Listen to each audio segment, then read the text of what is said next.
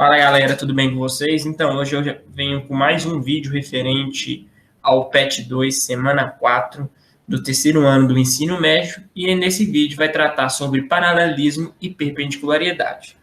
Antes de a gente começar sobre o conteúdo, é interessante que a gente saiba quais as aplicações de retas no nosso cotidiano. Um exemplo disso, as retas estão presentes até em construções, por exemplo, construções de pontes, viadutos. Aqui nesse caso você pode ver um exemplo de duas retas, elas estão se encontrando, elas são ditas retas concorrentes.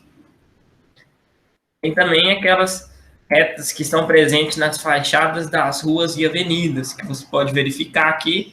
Essas duas retas, elas são ditas paralelas porque elas nunca vão se encontrar.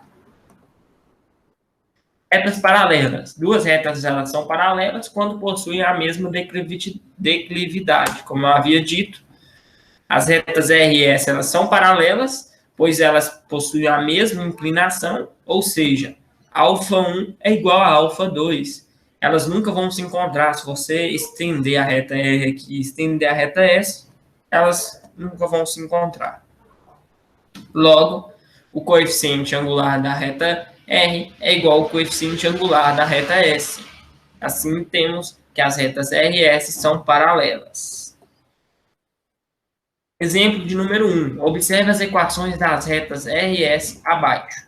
Reta R, y igual a 2x mais 3. Reta S, y igual a 2x mais 1. Elas possuem o mesmo coeficiente angular. Coeficiente angular, lembrando, é aquele termo que acompanha o x. Neste caso aqui, é o 2. Então, coeficiente angular da reta R é igual ao coeficiente angular da reta S, que é igual a 2. Logo, elas são paralelas. Retas perpendiculares, duas retas concorrentes R e S são perpendiculares se o ângulo formado entre elas for de 90 graus. Ou seja, neste exemplo aqui, a reta R e a reta S elas se encontram em um único ponto, e nesse ponto é formado um ângulo de 90 graus. Se duas retas R e S for perpendiculares entre si, então o coeficiente angular da reta R multiplicado pelo coeficiente angular da reta S é igual a menos 1.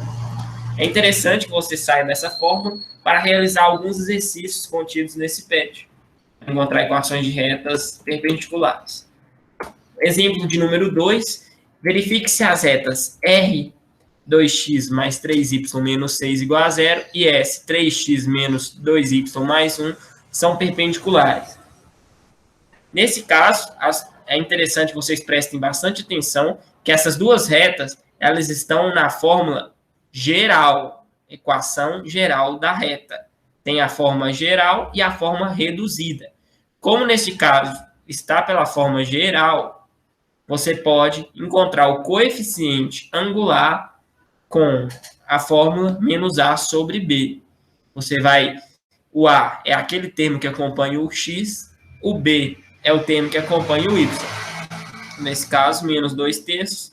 E para o coeficiente angular da reta S, 3/2. Para verificar que elas são perpendiculares, basta fazer a multiplicação. Se der menos 1, elas são perpendiculares. Observe que ao multiplicar essas duas frações, a gente encontra menos 1, então as retas são perpendiculares. Você poderia também transformar a equação da reta R em equação reduzida, que aí você também poderia fazer de outro jeito. Você isolar o y neste caso, e o coeficiente angular seria aquele termo que acompanhasse o x. Mas você tem que deixar só o y de um lado da igualdade para conseguir fazer isso. Agora eu vou apresentar algumas dicas para que auxiliem vocês nas atividades do PET dessa semana, porque a maioria do conteúdo que é abordado nesses exercícios foi apresentado pelo Lucas na semana anterior, na semana 3. Então, eu vou dar algumas dicas que acho que se vocês prestarem atenção nessas dicas, vocês conseguem fazer. Mas qualquer dúvida, é só você perguntar lá no grupo, ou então no privado de cada um dos professores do Residência Pedagógica, que a gente vai auxiliar vocês.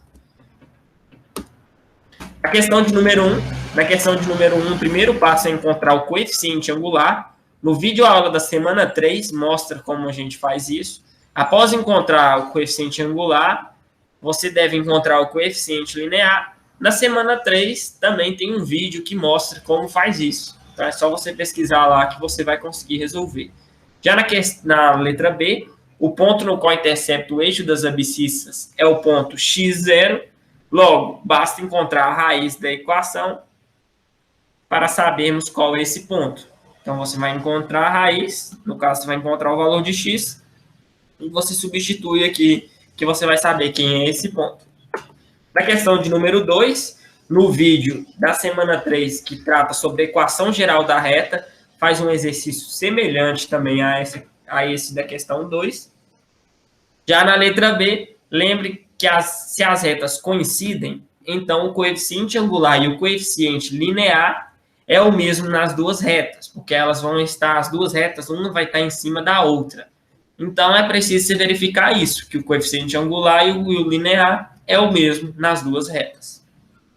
A questão de número 3, é viável que você isole o y nas duas equações. Após isso, basta fazer o coeficiente angular da reta t vezes o coeficiente angular da reta s é igual a menos 1. Após isso, dá para a gente encontrar o valor de m.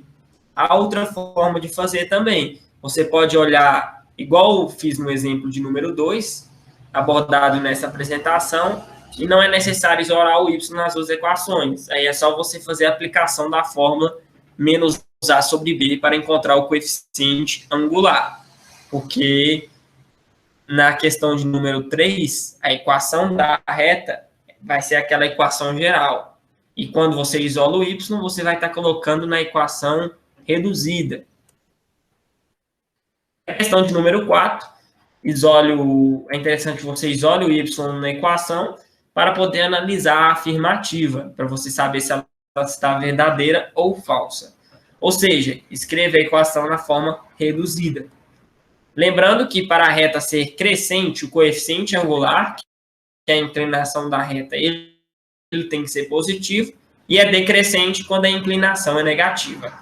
A questão de número 5, há um erro, é interessante que vocês corrijam aí. Os pontos a considerar são 6, 6, 2, 4 e 6 e menos 4. Podemos chamar a reta AB de T e a reta BC de S. Para as duas retas serem perpendiculares, elas devem satisfazer a seguinte fórmula, que foi abordada também nesta videoaula. Para encontrar os coeficientes angulares da reta T e da reta S, utilizaremos a fórmula ΔY sobre ΔX, que é a variação de Y dividido pela variação de X. Nos vídeos da semana 3, também é explicada essa fórmula e como a gente calcula os coeficientes por ela. No mais, é só isso. Qualquer dúvida, vocês podem estar perguntando. Espero que vocês tenham entendido. E é isso. Obrigado a todos e até a próxima.